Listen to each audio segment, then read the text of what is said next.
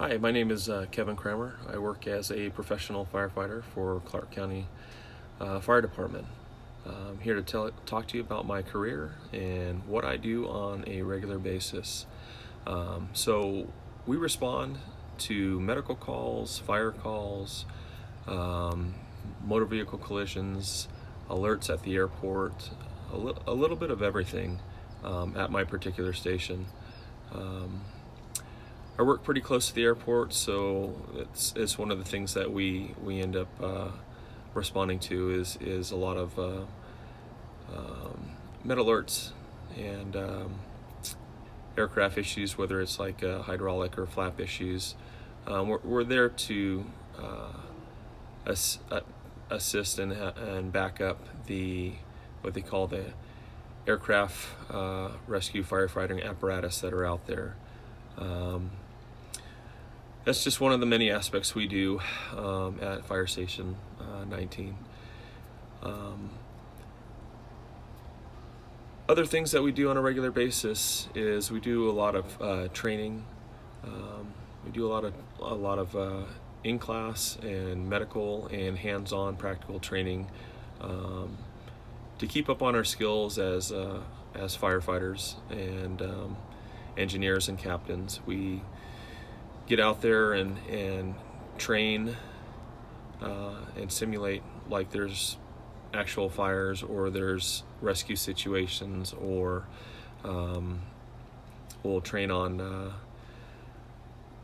basically damaged or wrecked vehicles out at the junkyard with trying to extricate patients and gain access to patients that could be or potentially trapped inside those vehicles. Do a lot of CMEs, or continuing medical education. We do a lot of online training to keep up on our medicine, and yeah, that gives you a little bit of insight of what we do.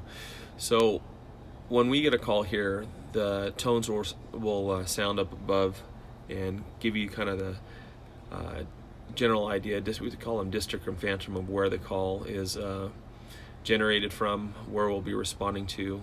You get the nature of the call, whether it's like a medical call, chest pain, shortness of breath, abdominal pain, or a fire call.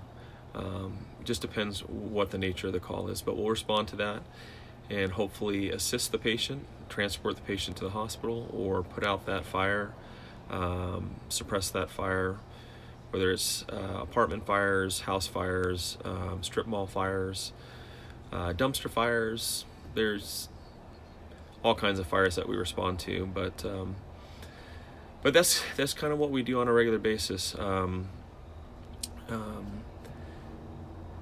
What I like about being a professional fire is assisting the public and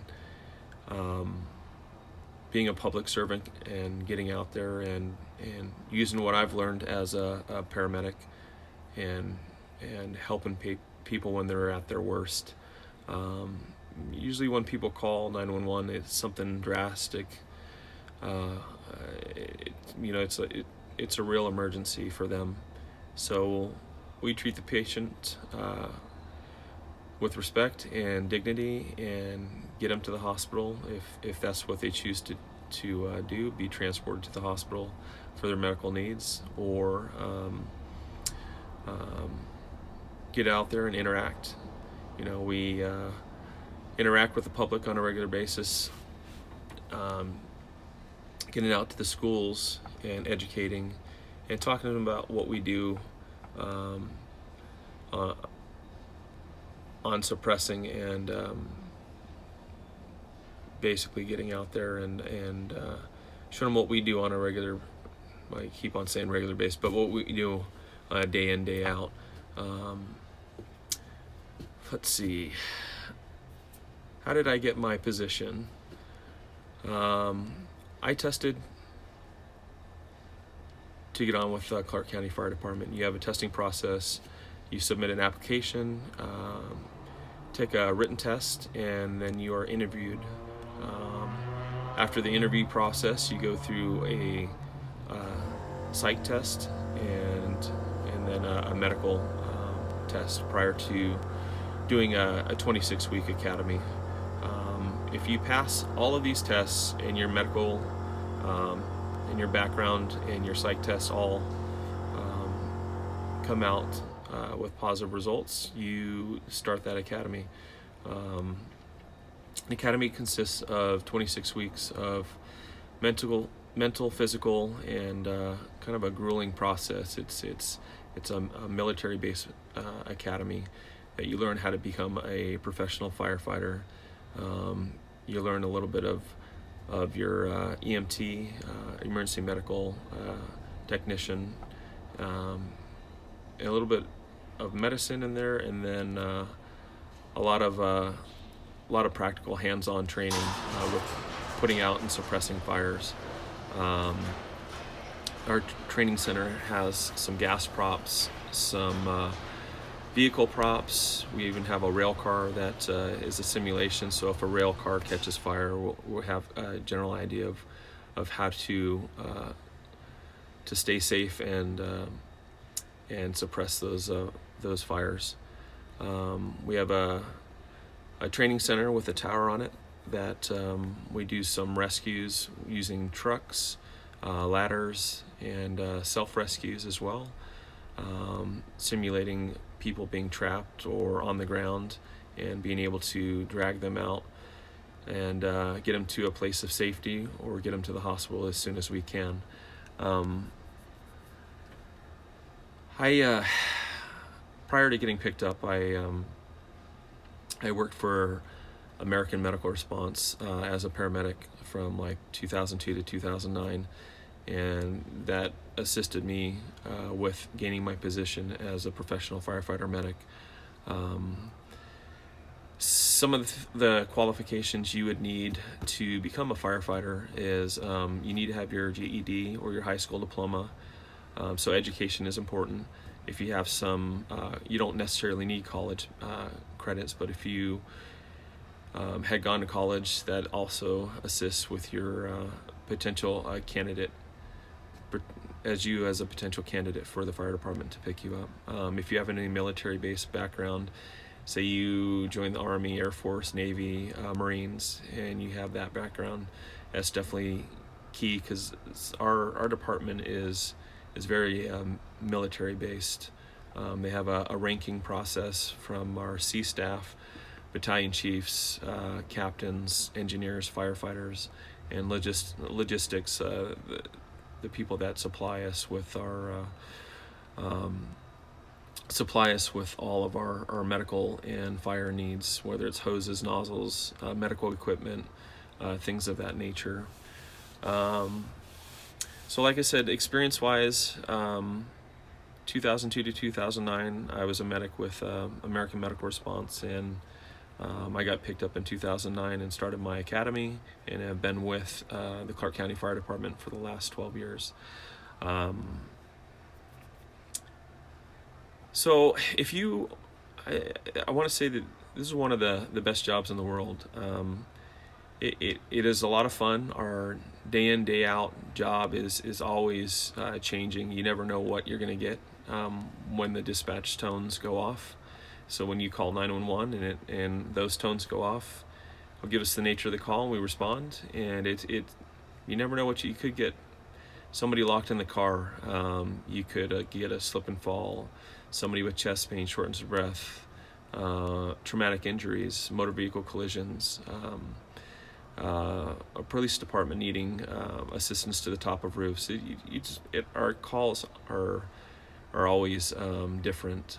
You can get a gas leak, natural gas leak, or a propane leak. Just anything and everything.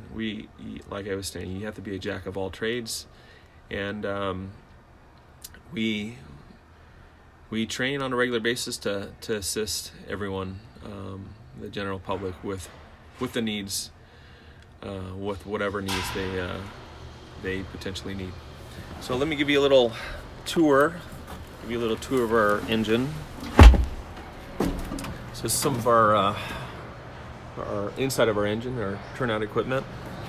This is where our engineer drives. and puts on his lights and sirens and drives to the call, gets us to the call safely. Here's our pump panel. Kind of all these valves in here control the water, and you see all these gauges up here that tells the engineer what kind of pressure to set these hoses that the firefighters are using. So some of these are our cross lays that we use, and you got 200 feet on each line, 200 feet of this 2.5, but we pull that to the inside of the buildings or outside of the buildings. Some of our breathing equipment that we use, this is our SCBA, self-contained breathing apparatuses. That's what I use to take into fires, to breathe compressed air. Here's some of our equipment. If you can see, this is what we call the jaws of life. Here's our cutters, our spreaders, the pump. Here's an LRAM. You can see that spreads metal apart, so we gain access to patients that are potentially crushed. But anyways, that's one of our units, some of our equipment that we bring into fires. You can kind of see that. Our flat-headed axes, pick-headed axes, haligans, and some of our rear. So this is our 5-inch, our 2.5-inch hose. This is what connects to a fire hydrant, and that's how this engine gets its water and puts out the fire. This particular engine, well, most of the engines carry 400 to 500 gallons of water. This engine has 500 gallons of water, and it has an onboard tank to use until we are able to catch a hydrant and supply water to the engine. But I hope you enjoyed this video, and I hope you're interested in becoming a firefighter. Thanks for listening. You guys have a good day at school. Bye. Hi, Firefighter Kevin here to talk to you guys a little bit about some of the points I didn't mention in my initial video. Station life, what kind of schedule I run, what kind of schedule I have on a day in, day out basis, and any kind of advice I can give you for becoming a professional firefighter as a career. So I work 24-hour periods, 24 hours on, 24 hours off for 9 days straight. Then we have 6 days off in between our cycles. I work about 10 days a month, and our shifts start at 7 by checking out our rigs, checking out all the equipment on the fire engine or the truck or the rescue, checking all the medical gear, and then checking our SCBAs. Those are the air packs that we wear when we go into burning buildings. After that, we start our regular routine, be cleaning the bathrooms, going through the station, cleaning the station from the night before if there's any cups or drinks left out. After that, we'll have breakfast. Somebody will be making breakfast in the morning. Usually eggs and oats is what we normally have, and then our captain will give us the plan of the day, what we'll be doing throughout the day, whether we have a special event or we're doing some out of the station training, maybe a PR event, maybe going to school, maybe going to a park for some type of a function. Just depends what they have set up for us to do that day. But amongst all of that, we have our calls that we run throughout the day and night. Some of the busier houses, you don't get a whole lot of sleep, so you have to kind of recover on your 24 hours off. Some of the busier stations downtown or over by the Strip have a tendency to run quite a bit of calls just because we are a 24-hour town. But along those lines, it really just depends what kind of call volume each station has. Depends where they're geographically located, the density of the population. If you're at the hotel, or, downtown or at the hotel stations, you'll have a tendency to have a lot more calls generated at that station. Tourists, our economy is made off of the hotel industry, it seems. So we take care of all the residents here in town and all the guests that come to visit Las Vegas. And that's what we do, customer service. That's what we get paid for. So advice for anyone considering to be a firefighter. So you have to get good grades, you have to stay in school. On top of that, you have to be physically fit, stay in shape, eat well, and not sit on the couch all day. Get out and get some exercise, get out of the house.